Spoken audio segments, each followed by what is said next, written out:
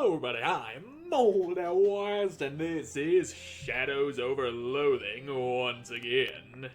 In the last episode, we got a hold of that book that was over at SIT, and we uncursed it by punching Julius Caesar's birthday card into orbit. Now, it's time for a nap. You hang your poster up, making your space seem even more like a messy dorm room. And there's also my SIT pennant. Now, anyone who comes to visit will think you're educated, and that's the important part. It's always important that they think you're educated. You don't have to really be educated. Just pretend you are, act all high and mighty, and anyone tries to call you on your bullshit, you lie right through your teeth at them. Well then, now it's time for a nice little sleepy time. If it would just not, it's not letting me do the sleepies. Well, fine. It's a show for knickknacks. It's an old ragdoll, must have been left by the previous tenant. Yeah, let's walk away, nothing we can do. Figured I'd be able to, use the bed for sleepy purposes. Maybe I gotta talk to Jessica first, that would make sense. I got that book and possibly also a bachelor's degree in botany. I'm not exactly sure. Wow, sounds like a busy day. Yeah, that's a fair assessment. I'm going to bed now. Okay, sleep tight. We're having some trouble pinpointing the next artifact, but we should have it sorted out in the morning. Alright. And I just happened to think that before I do that, I should head to the speakeasy. I did pick up a couple more thingamajigs, ingredients. Hi, Dan. Right back at you, baby. What's new? Here's your cut of the profits, baby. Yeah, I found this cola, and I also found a tomato that gives us an infinite supply of juice. This will come in handy if any children want to get drunk here. Yeah, we'll give them cola, tell them it's beer, and then they'll just act drunk. Yeah, here's the infinite juice tomato. This will be great for the morning crowd. Now, what we got? Beer, gin, and I guess that's it. Well then. Well, speakeasy is taken care of. Now it's time for Sleepy Buys, which is right here in the antique store. Oh, I almost forgot. Before he left on his errand, Charles asked me to have you pick a third store. Oh yeah, that's right. I thought that came in the morning.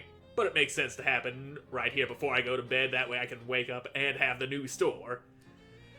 The first applicant is Advanced Pants. It doesn't say what they plan on selling, but I have to assume it's pants. The second is Rodkin's Fine Jewelry, a jewelry store that could really class up old Plunkett Street. And the last applicant is 10 Things I Hat About You, a hat store, I presume. Terrible name. Oh yeah, that hat store was an option we had before, but the jeweler sounds fancy. I'd go with the pants store, but I'm happy with the pants I got. I got some riveted gym shorts with some melted plastic in the pockets. So let's get that jeweler going and see what we can get from that. Okay, I'll get them moved in, and then I'm sure Charles will get the next storefront ready for applicants. Now, sleepy time. You had a big day, you woke up, you started college, you finished college, let's get some sleep. And what kind of crazy shit am I gonna go sleeping my way through this time? Yet another fitful dream. You always looked back fondly on your afternoon at college. The 3 statues of you, each whispering. These ain't all me. Where's the big goofy eyes? The whispering drifts in and out and mixes together, making it hard to understand. All I got, all I ever, all I'm doing, brawn, study, bluffing. Shut one of them up with my lack of a tongue. Okay, which one? The scowling one. That one, he seems mean and I can deal without him. You quiet one of them, now you can hear the others. And I got me some pep talk. But what are the rest of them saying? I don't know, and what does the pep talk do? So, you're dreaming, so it probably isn't safe to look too closely at your character sheet right now. Fine, we'll see what the pep talk does later. And this dream has a horrible hole in it. Of course it does. Oh, this guy. Yeah, I slapped him on the shoulder and he stumbled into his portal. My research wasn't going thorough enough. What did you do, idiot? Well, he got knocked into a portal by accident. Hey, there's General Bruise. I couldn't read what you were saying. I couldn't get near the place. Will the barrier hold without me? I don't know. What are you even talking about? Oh, there. Perhaps through this there is an ending. One can hope. Yet another fitful dream. At least I'm out of that crazier part of the dream. Yep, there's the end of me dream. There's the doorway back to home. And now I awaken. Yeah. Now what about that pep talk? Mysticality and Moxie, the two things I don't use. I probably should have muted one of the other two, then that would have upped my muscle. But fine, I'll pretend to fight this thing. Get my fairy fisticuffs back on. There we go. It seems like the sort of thing that would wear off after I wake up. 'Cause, well, that's just the way this game be. Get all that melee damage, and can be used to further upgrade Hotfoot. Yeah, I don't got the fucking XP for that. And besides, I do also have some potions I need to go drinking. Yeah, let's eat this questionable salad I made. I'm sure that won't have any negative effects. You try as hard as you can to forget what the salad is made of for long enough to eat it. And I got my... Yeah, I remember putting the quote-unquote pirate dressing on that. That can't be healthy. Garplot, thank God you're finally awake. Am I? If you say so. What's eating you? I'm at my wit's end. Charles Wallace has gone missing. Really? Where'd he go? He wouldn't be missing if I knew that. She closes her eyes and takes a deep breath. Okay, I'm panicking. Come on, Jessica, don't panic.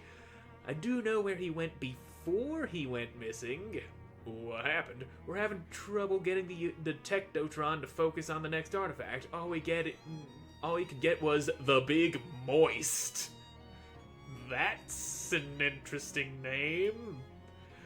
It's a swamp north of Porkham, and I'm pretty sure that the entire swamp is not the cursed artifact in question. Charles went out there yesterday afternoon to see if a downed power line or something was causing interference. Huh, and he hasn't come back yet? No, he hasn't. Well, maybe I should go looking for him. Are you trying to drive me crazy? Come on, get a wiggle on for crying out loud. Charles could have been eaten by gator men by now. I've got me a map of the Big Moist now. Excuse me, eaten by what? Gator men, you know. I don't, which seems like a good thing. The Big Moist is home to a terrible tribe of nasty and belligerent half-people, half-alligators. They don't take kindly to intruders, such as, for example, Charles Wallace. Or me, presumably. Are you chickening out on me now when a friend's life is possibly at stake?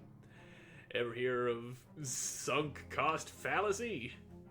Is this map a slice of Swiss cheese? It's a sponge. Which deli have you been going to? A sponge is definitely not a map. If you're going to a swamp, it's soft, damp, and it has holes in it. What do you want from me? Well, that logic is sound. We've been given a sponge that will act as a map. Also, the jewelry store. Here it is. What does the jewelry do for me? Hi, my name's Garplot. Hello, I'm Dorothy Rodkin. If you want a ring or amulet or whatever, old Dottie Rods will fix you right up. Cool, show me what you got. Baconstone brooch. Neat. Okay, so yeah, they're accessories. Now, yeah, that's Mysticality and Moxie, the two things I don't use. Moxie heals you and all of your allies for 1 health every round of combat. Nice, but spooky and sleaze armor, huh? I will take that. That might very well come in handy, and speaking of... Oh, I got the Ring of Repulsion on. That gives me the friggin' son of a... The shield that makes me immune to 1 hit in battle. That's very useful.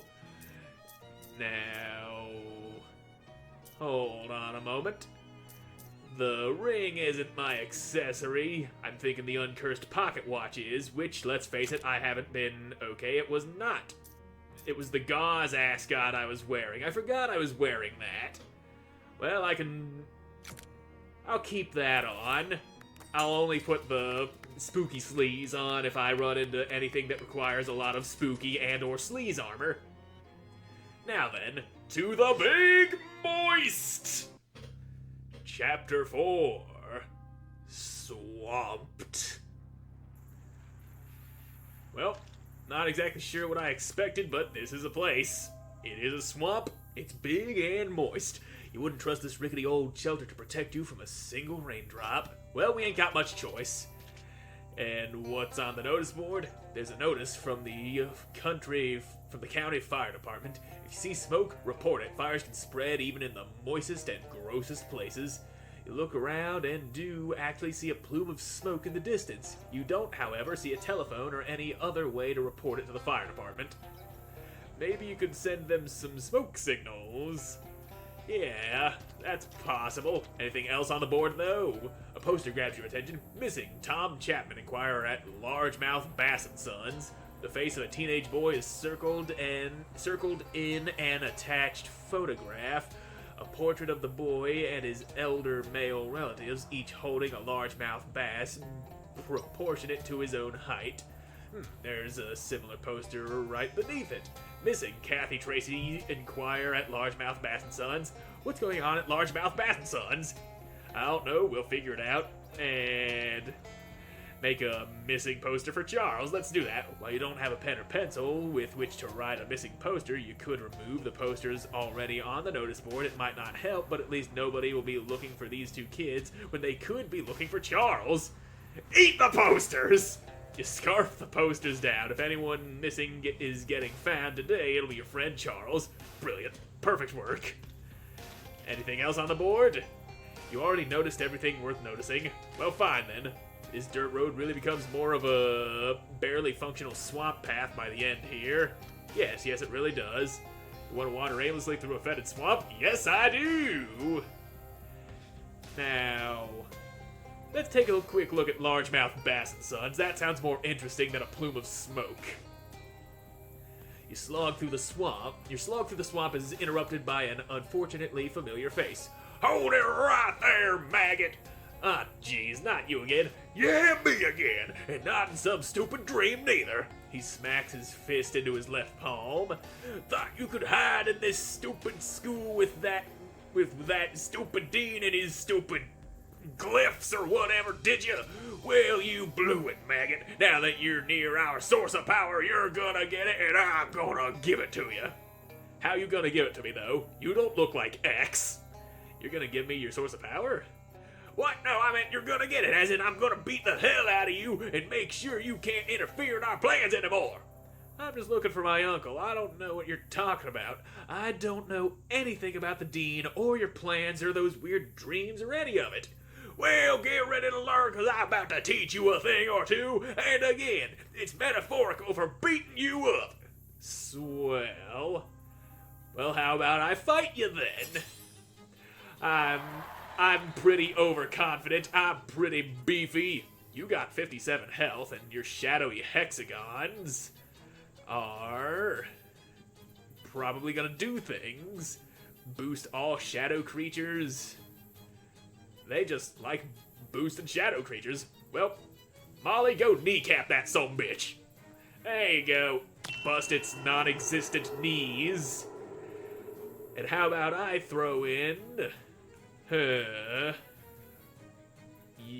free-for-all, hot-foot. You know, you're gonna get the ball.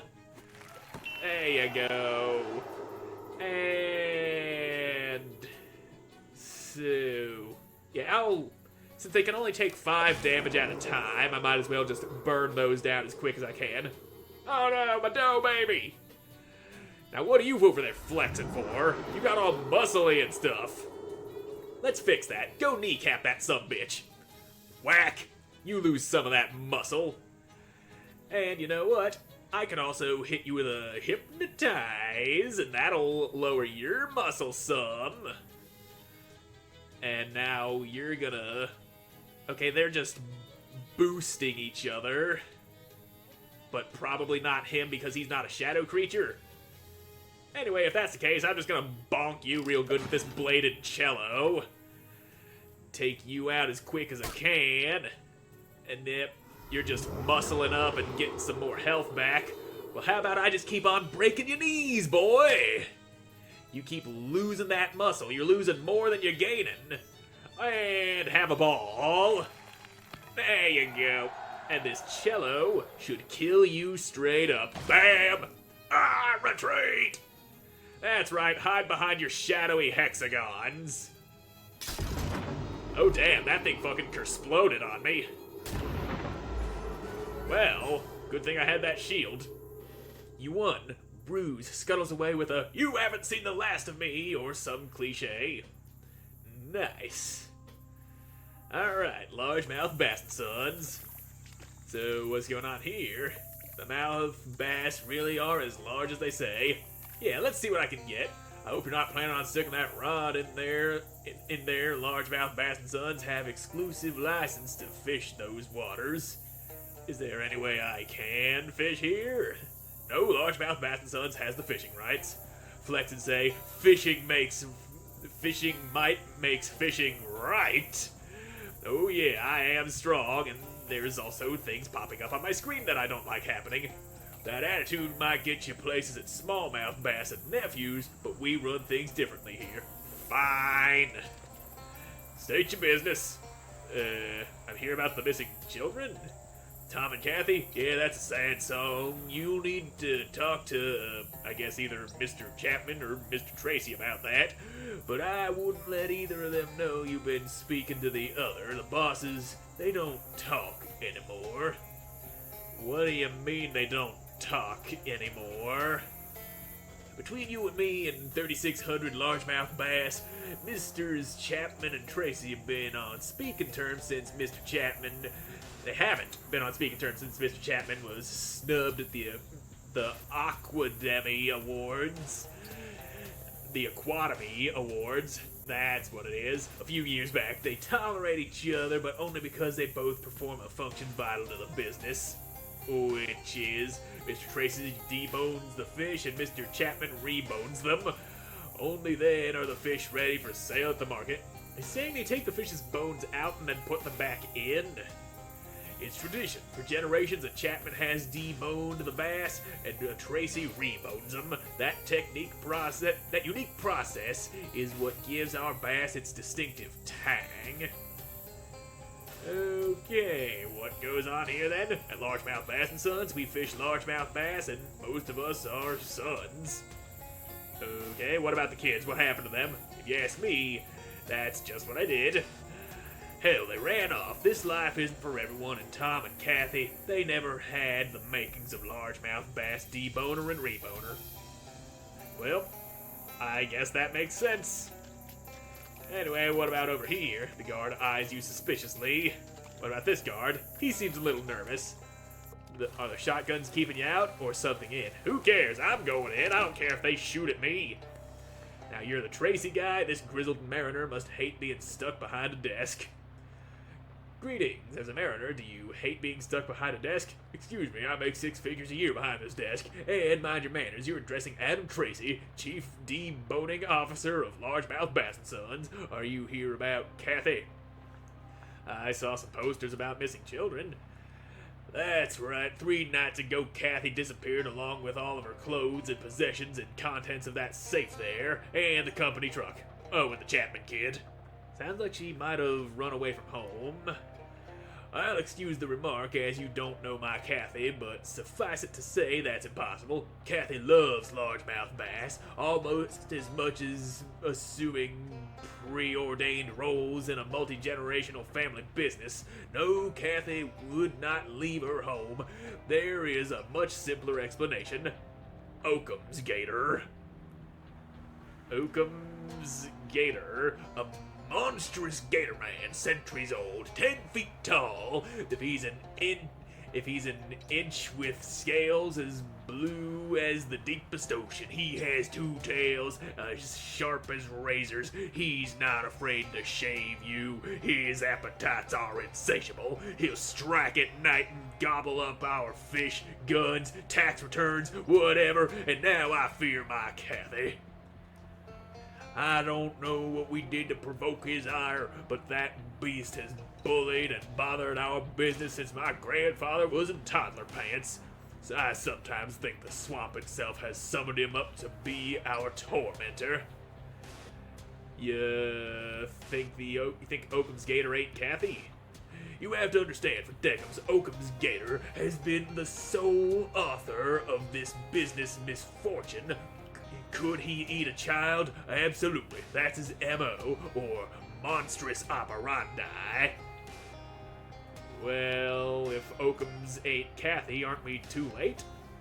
Not necessarily. Occam's only handicap is he's glacially slow digestion. Go ask Sylvester, a guard of ours. He was swallowed up by Occam's, but by stripping off in his belly and greasing up his body in Occam's own fat, he was able to slither up and out of Occam's jaws while the great beast slept. Okay, where can I find Sylvester? I don't know, we had to terminate him for attempting to unionize. Alright then. My friend Charles is missing. Could Occam's have taken him too? Certainly, it's possible. I don't think the criminality of Occam's Gator knows any bounds. Is there a finder's fee, though? 300 meat and my grandfather's fishing rod, but I'm running the show, all right? Not Chapman. I know he's got a missing boy, too, but you can't involve a reboater in an operation like this. They're far too emotional. If you're dealing with me, you keep him out of it. Okay, deal, I guess. Good now, Peter. Our guard by the front gate was last to see Occam's Gator in the sickening flesh. Peter chased him off our property to a revolting little hamlet, but dared not enter himself. Now mark it on your map. I'm convinced that's where you'll find Occam's, and inside Occam's, Kathy. Now bring her home, you hear me? Well, guess I'll be on my way. I don't need to know what you do here. I think you're the reboner, or the deboner, and the other guy's the reboner. Either way, I'm all out of time for this episode, so thank you all so much for watching. I hope you enjoyed watching, and I hope to see you again in the next one. Bye!